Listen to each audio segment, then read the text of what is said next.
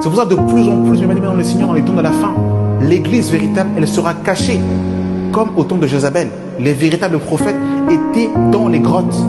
C'est pour ça ceux qui partiront à l'enlèvement de l'église, ce sera ceux qui seront dans les coulisses et qui seront en train de se préparer pour le grand retour du Maître. C'est pour ça que Jésus veut te sanctifier. Laisse Jésus te laver par les eaux de sa parole.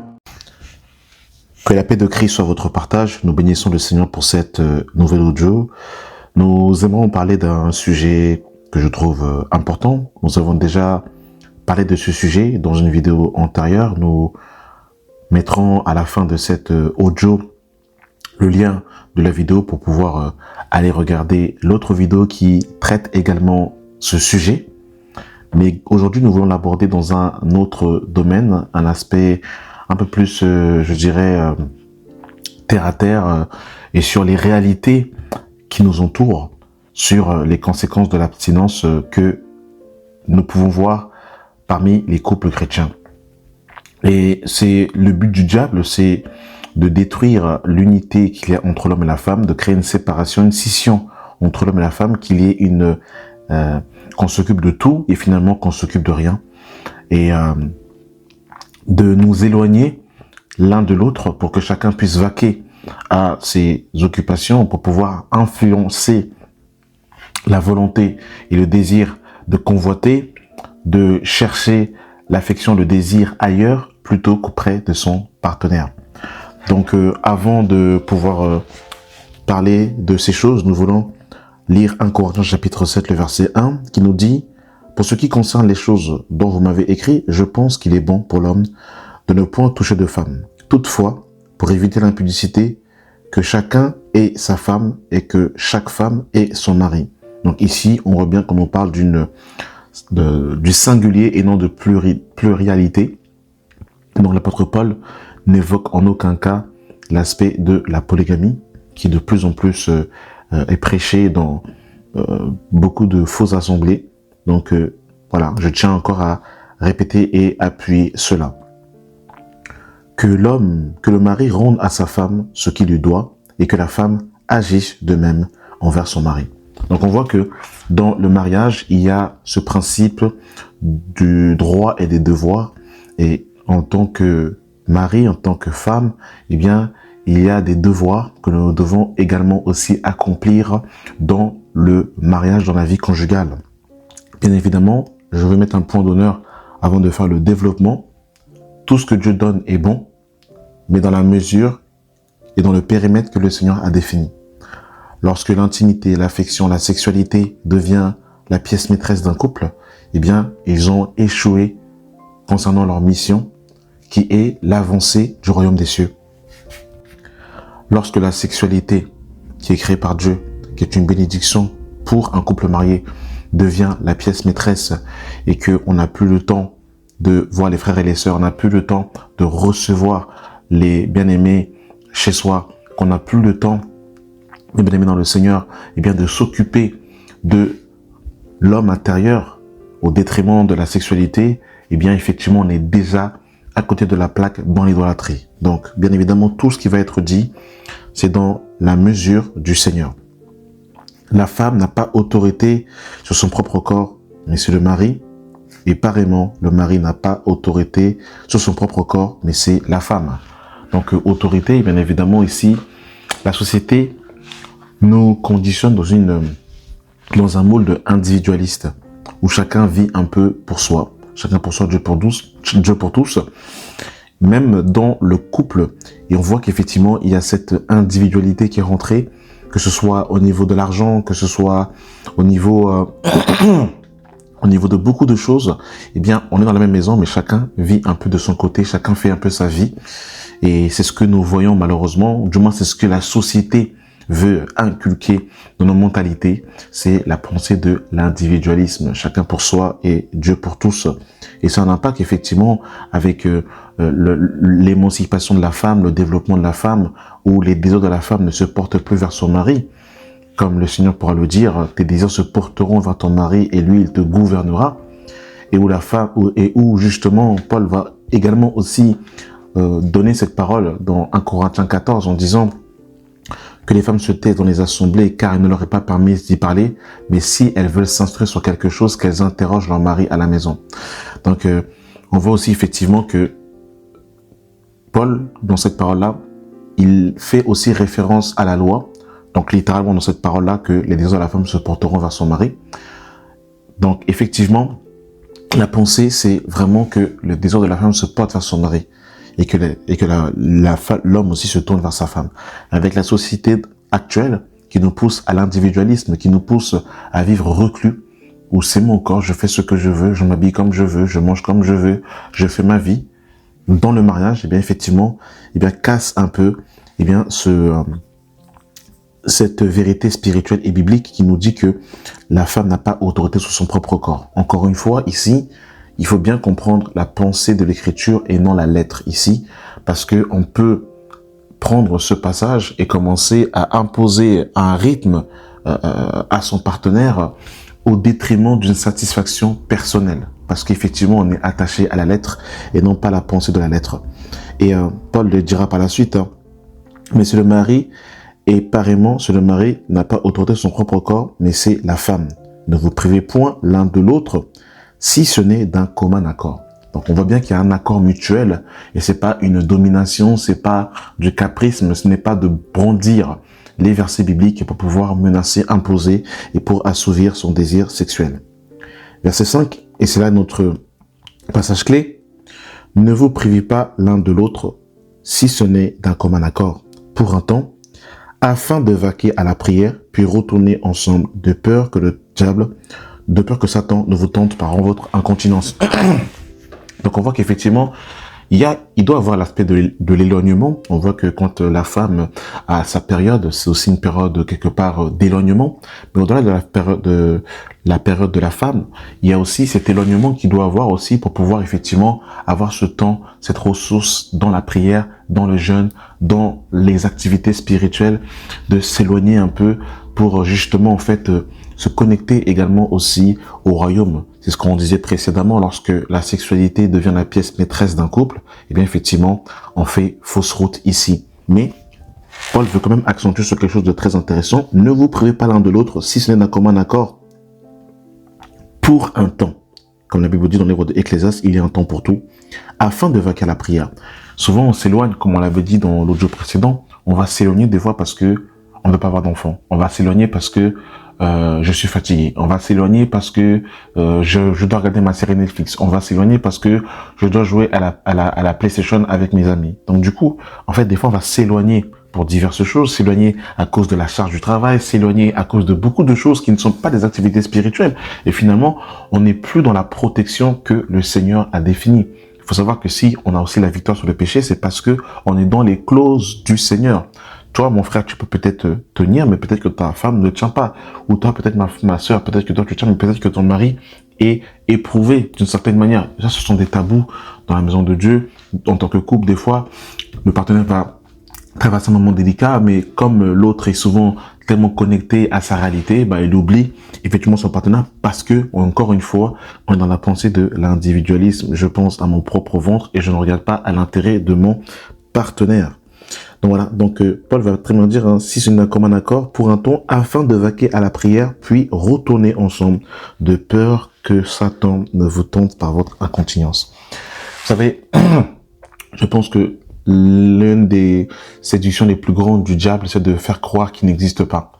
Et beaucoup de chrétiens pensent que dans la vie chrétienne, il n'y a que le Saint-Esprit et eux, et ils oublient totalement que nous avons un adversaire qui rôde comme un lion rugissant, cherchant qui dévorer.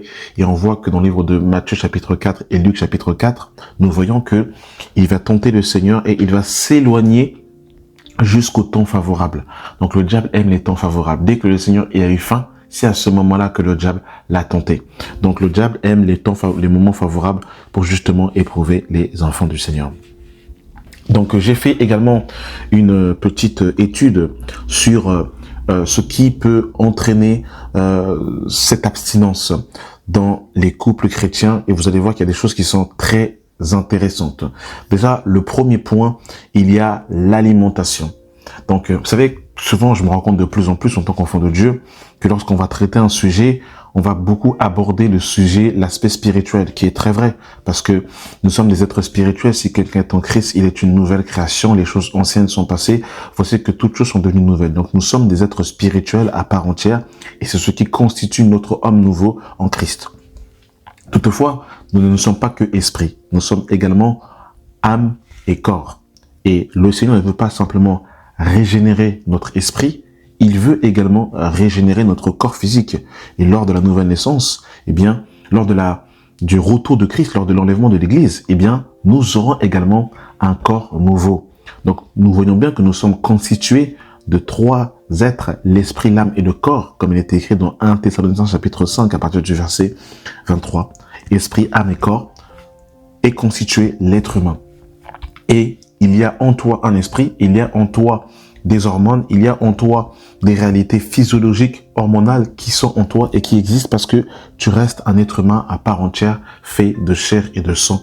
Et ce que nous mangeons, ce que nous buvons, notre activité a une influence sur l'abstinence. Et je veux également aussi ouvrir ce dossier, ce volet, pour que nous puissions aussi également être, je dirais, équilibrés.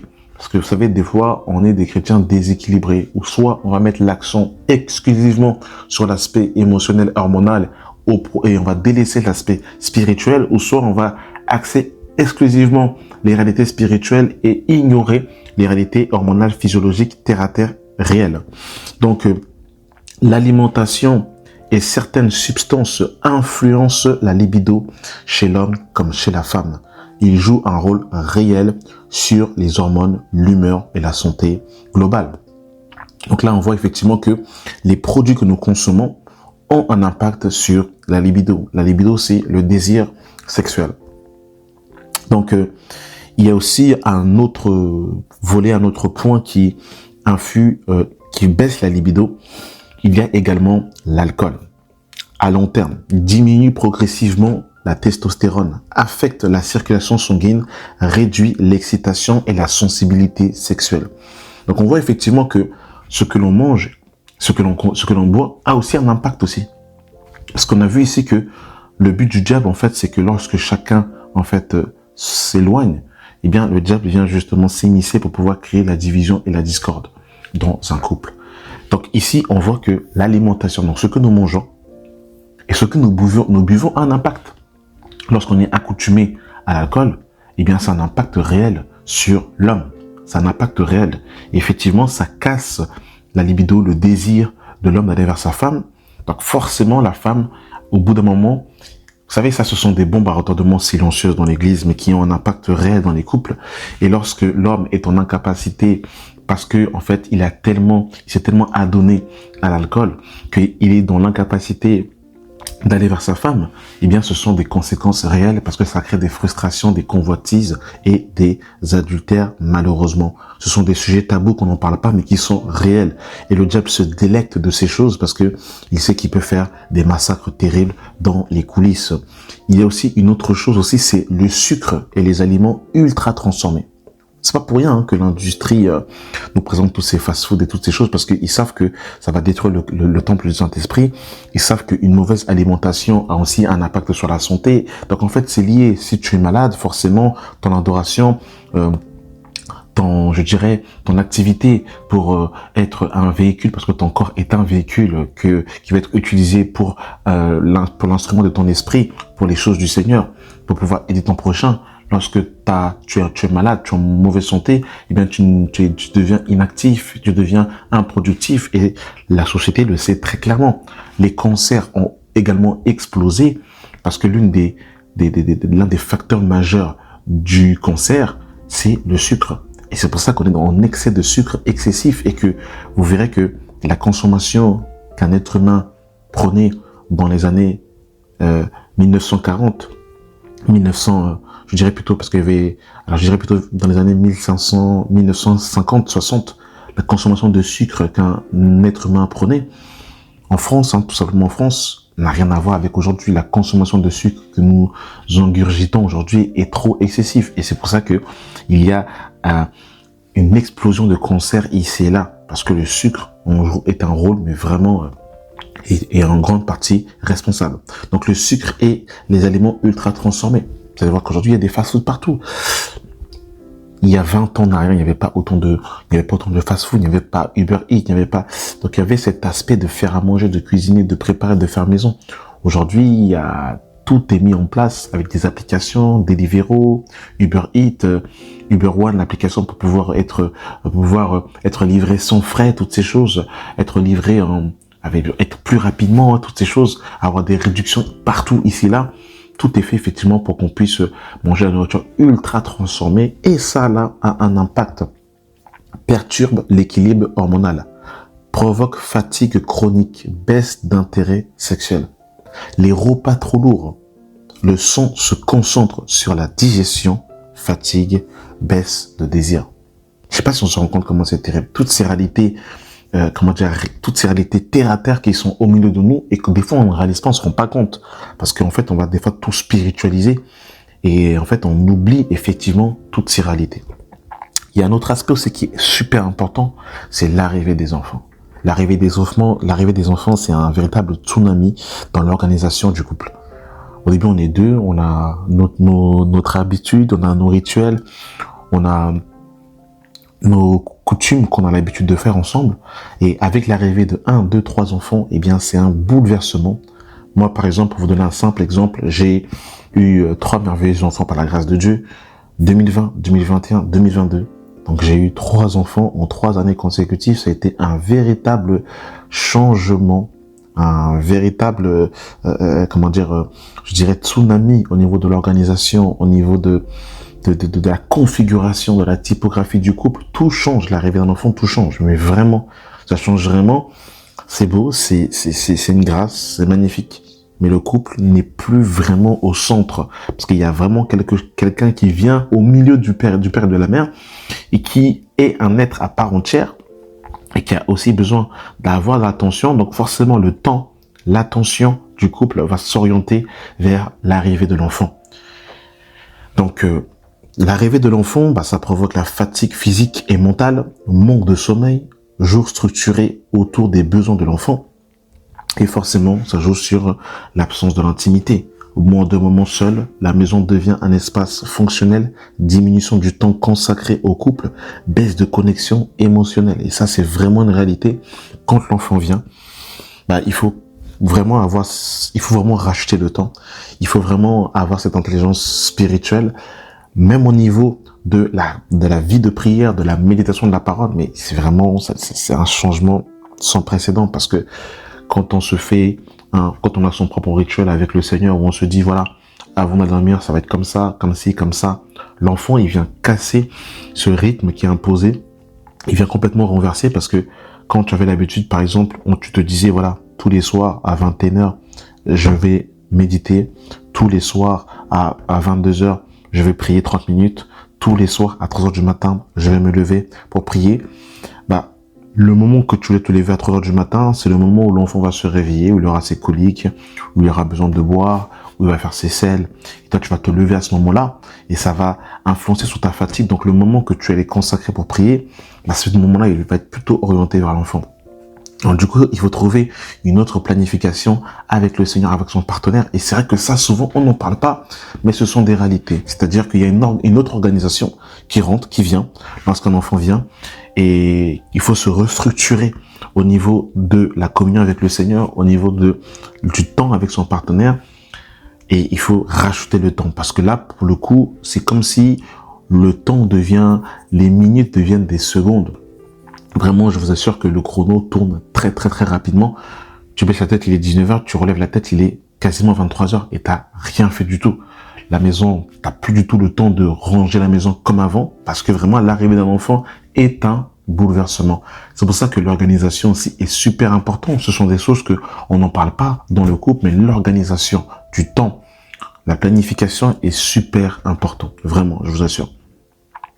Donc forcément, quand en fait il y a ce réajustement des rôles, l'un devient père, l'autre mère, avant d'être partenaire, cela modifie la dynamique du désir. Forcément, ça a un impact sur le désir. Ça a un impact sur le désir, forcément.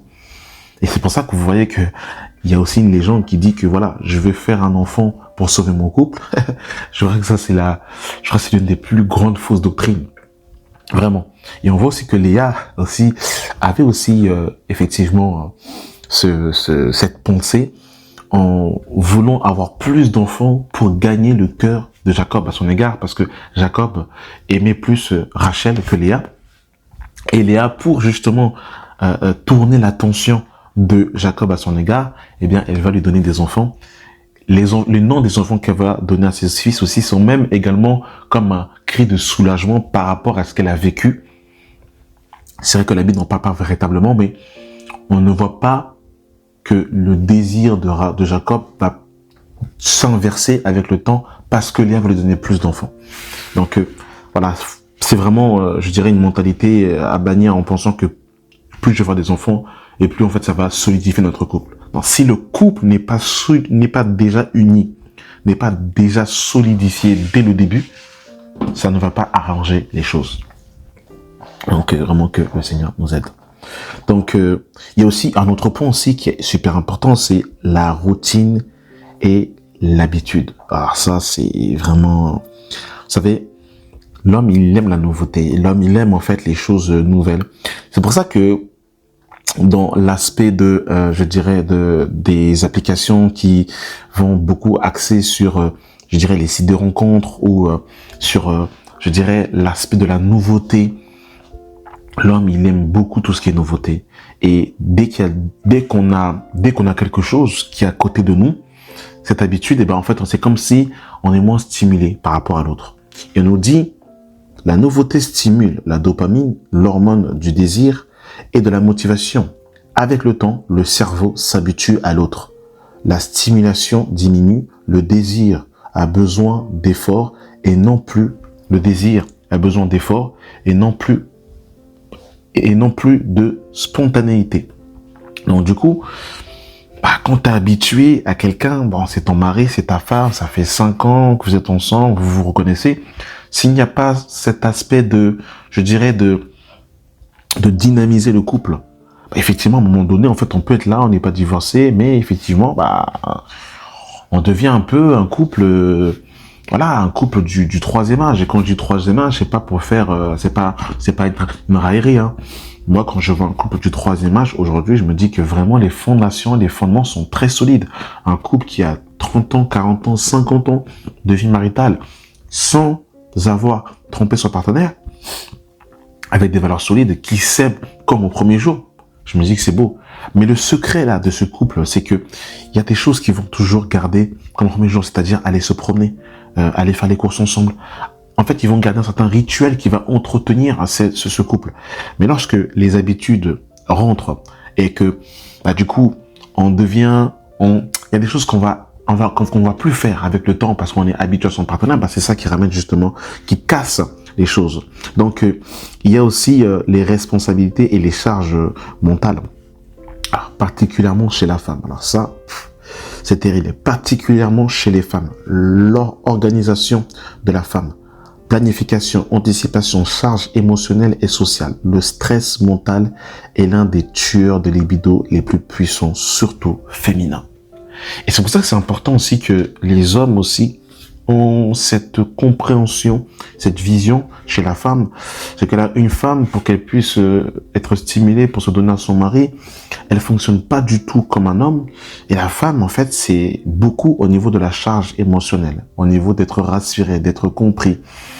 La femme marche différemment de l'homme et elle a besoin de ça pour être beaucoup plus épanouie, beaucoup plus, je dirais, enclin à se donner à son mari. Chez la femme, le désir dépend souvent de la sécurité émotionnelle et du sentiment d'être soutenu. Si la charge mentale est lourde, le désir tombe. Et qu'est-ce que la société fait, à votre avis? C'est de charger la femme émotionnellement. De lui dire de travailler comme un homme, tout en n'étant pas un homme, de sortir de sa zone, de sortir, de sa maison, de s'occuper de tout, sauf de son mari et de ses enfants. Oui, parce que du coup, quand une femme accouche, au bout de 2 mois, on te dit tu accouches, tu as porté l'enfant 9 mois, mais après que que tu aies porté l'enfant 9 mois. Moi, l'éducation nationale, je veux te montrer que ton enfant, c'est pas ton enfant, mais c'est moi qui décide. Donc, tu vas repartir au travail après 2 mois. Et si tu n'es pas reparti au travail, eh bien, je te coupe ton salaire, tu n'as plus d'entrée d'argent. Donc, tout est fait, en fait, mes bien-aimés dans le Seigneur, pour vraiment casser la famille. Parce que si on casse la famille, quelque part, on arrive aussi à déstructurer l'église. Parce que la première église, c'est la famille. Et Babylone, l'éducation nationale, savent cela très bien. Donc, du coup, qu'est-ce qu'on dit à la femme? Mais écoute, après 2 mois, ton enfant, il va chez la nounou, et toi, tu repars travailler. Donc, la femme, elle a porté son enfant. L'enfant 9 mois, elle a eu un déplacement des organes à cause de la place de l'enfant. Elle a accouché d'une certaine manière, des fois d'une manière assez douloureuse. Il faut se réhabituer à son corps, il faut retrouver un homme. Et en plus, vous savez, la femme n'arrête pas. Elle a porté l'enfant 9 mois, l'enfant arrive, il faut allaiter l'enfant. Et toutes ces choses, en fait, on voit que il y a en fait une force émotionnelle, les cris de l'enfant, les sommets qui sont très courts, très saccadés à cause de l'arrivée de l'enfant. Et on lui dit, bah écoute, tu repars travailler. Et on va prendre l'enfant, finalement. C'est la nounou. Ensuite, c'est, il va en fait à la crèche. Et du coup, finalement, l'enfant est éduqué et récupéré par l'éducation nationale. Il n'y a plus de lien avec l'enfant. Et là, du coup, c'est terrible. Et on te dit, il faut aller être très performant au travail. Tu dois aller performant au travail là-bas. Tu dois aller travailler pour un patron, pour Babylone. Vous avez vu comment c'est terrible? Donc forcément, la pression professionnelle, donc la pression du travail, culpabilité de ne pas être performant, instruction du travail dans la vie familiale, mail, horaire, intrusion du travail dans la vie familiale, mail, horaire. Donc en fait, il y en a qui reçoivent des mails à des 22h, 23h, donc la femme est stressée. C'est terrible, hein? Fatigue mentale plus pression corporelle, baisse d'intérêt sexuel. Mais c'est normal, en fait.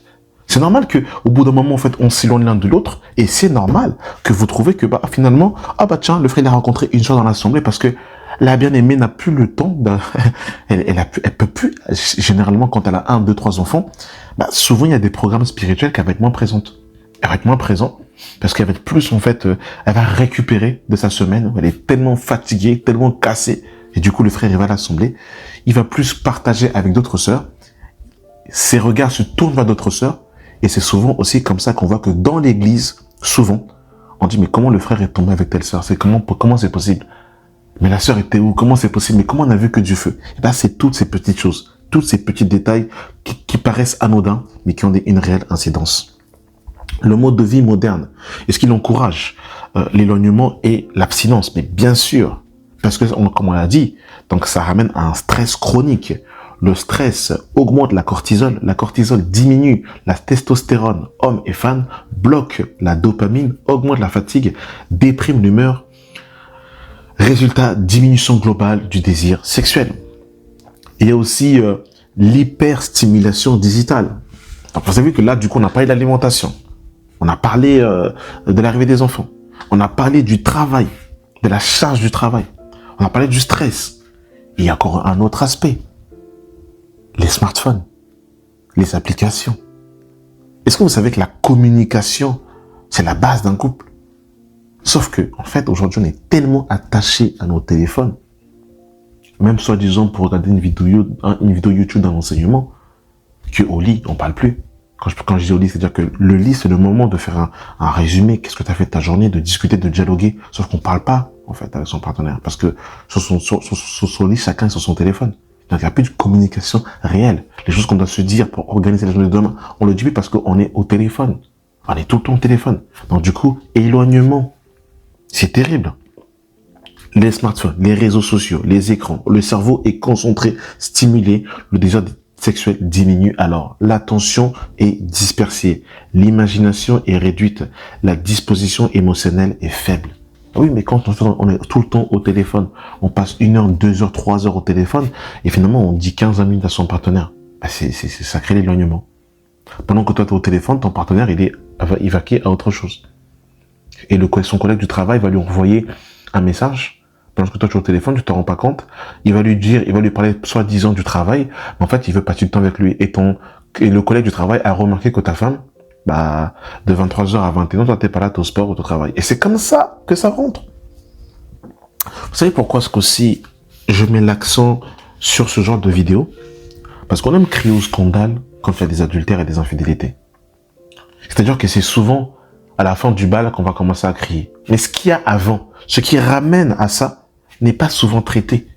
C'est pas souvent traité. Donc en fait, effectivement, on va dire, ah, le frère est tombé, ah, la sœur est tombée. Mais qu'est-ce qui amène à ça?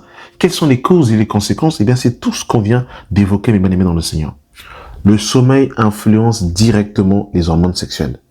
Baisse de testostérone chez l'homme. Déséquilibre œstrogène. Progestérone chez la femme. Irritabilité. Manque de patience, moins de connexion. Donc ça, c'est le manque de sommeil. Donc vous avez vu que le manque de sommeil, c'est compliqué. Le manque de sommeil, c'est vraiment compliqué. Le mode de vie aussi que nous avons, qui a une influence aussi sur l'intimité. On vit pour être performant, le couple devient un projet logistique. Les moments d'intime deviennent rares. Cela éloigne les partenaires parfois sans qu'ils ne se rendent compte. La baisse de libido, donc la différence de la baisse de libido entre l'homme et la femme, c'est aussi intéressant. Donc chez l'homme, la libido est plus normale, est plus hormonale, liée à la testostérone. Sensible au sommeil, au stress, à la mauvaise alimentation, peut aussi chuter par manque de connexion émotionnelle, même si c'est moins systématique que chez la femme. Écoutez chez la femme comment c'est intéressant. Et ça, c'est intéressant parce que on voit que l'homme et la femme n'ont pas la même approche de la sexualité. Chez la femme, la libido féminine est multifactionnelle. Donc, ça joue beaucoup sur le mental et l'émotionnel. Donc, sentiment d'être apprécié, réduction de la charge émotionnelle, confiance et sécurité émotionnelle, communication efficace.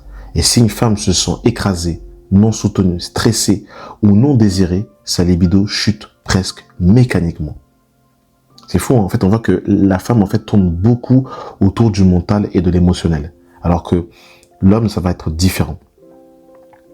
Donc, si on fait un résumé de tout ce qu'on a vu, c'est que la baisse de libido dans les couples, elle est liée pas directement et toujours au manque d'amour, mais en fait, c'est un cocktail de plusieurs choses. La fatigue, le stress, le manque de sommeil, la routine, la surcharge mentale, les responsabilités, les faibles connexions émotionnelles, l'alimentation pour l'hyperstimulation digitale et toutes ces choses jouent un rôle majeur dans la vie de couple. Donc ça, c'est super important de savoir ça, mes bien-aimés dans le Seigneur, parce que souvent, en fait, on est beaucoup dans les arts. C'est pour ça que dans l'évangile que Christ m'a communiqué par la grâce de Dieu, j'insiste beaucoup sur la vie. L'évangile, c'est la vie. L'évangile, c'est pas la théorie. C'est pas la théologie, c'est la pratique, c'est la vie. Et nous devons, mes bien-aimés dans le Seigneur, avoir un évangile concret et pratique, terre à terre. Un évangile qui répond aux besoins de ce que l'on vit quotidiennement. Parce que souvent, on a un évangile qui est très mathématique, qui est très théologique, mais concrètement, dans la vie de tous les jours, c'est impossible de mettre en pratique des fois certains enseignements que nous recevons. Donc il faut que l'évangile que nous recevons soit un évangile de vie concret et pratique. Et c'est pour ça que nous devons aborder tous les sujets de la vie, tous les sujets pratiques. Parce que l'évangile, la parole de Christ, elle est esprit et vie. Donc vous avez vu que tout ce qu'on vient de partager, mes bien-aimés dans le Seigneur, l'impact que cela a dans la société, dans nos églises, dans nos couples, sur les enfants, c'est vraiment terrible. C'est pour ça qu'il faut avoir l'intelligence spirituelle, le discernement, comment nous devons marcher, comment nous devons, mes bien-aimés dans le Seigneur, appréhender, les pièges du diable pour pouvoir justement détruire la vie de couple. Et c'est aussi pour cette raison aussi que on a dit que l'homme et la femme doivent, du moins la parole de Dieu dit que l'homme et la femme doivent s'éloigner pour un temps pour vaquer à la prière. Mais même le temps là de vaquer à la prière là, en fait on est tellement dans un étau que si on se fait pas violence, t'as plus le temps en fait de méditer avec ton partenaire parce que il y a tellement de contraintes, le travail prend tellement de la place. Vous savez qu'il y en a qui finalement qui travaillent 24 heures sur 24. C'est pour ça que c'est important que le domaine du travail n'a pas une influence sur le couple. Vraiment, parce que des fois, on va plus travailler pour construire les pyramides de Pharaon que l'avancée du royaume des cieux. Mais vraiment, je vous assure, On est tellement focus sur le travail, on veut tellement être performant, on veut tellement réussir, on réfléchit tellement que ça a un impact sur l'homme, sur la femme, sur les enfants. C'est terrible. Et un enfant, en vérité, ce qu'il a besoin, c'est la présence de son père et de sa mère. L'enfant, il s'en moque un peu que le parent il gagne 3 000, 4 000 euros, bien que son père peut lui acheter plein de choses. Mais ce qu'un enfant a besoin pour qu'il puisse grandir, c'est la présence de ses parents, c'est l'affection, c'est l'amour, c'est les temps, c'est des moments qui vont marquer l'âme de l'enfant. Se dire, bah voilà, quand j'avais 8 ans, on allait au parc avec les parents, on allait faire de la balançoire, on allait voir les animaux, on allait cueillir en fait des fruits. En fait, c'est ce qui marque, c'est ce qui va marquer en fait la conscience d'un enfant. Mais voilà, que tu les ramènes au McDo, il va être content. Je ne dis pas qu'il faut pas, que ces choses sont pas intéressantes, mais ce qui va vraiment faire de lui l'homme qu'il est, c'est le temps. Le temps. Il n'y a rien de plus précieux que le temps. Et le monde veut nous arracher le temps. Amen. Merci d'avoir pris le temps d'écouter cet audio et que la paix de Christ soit votre partage. Amen.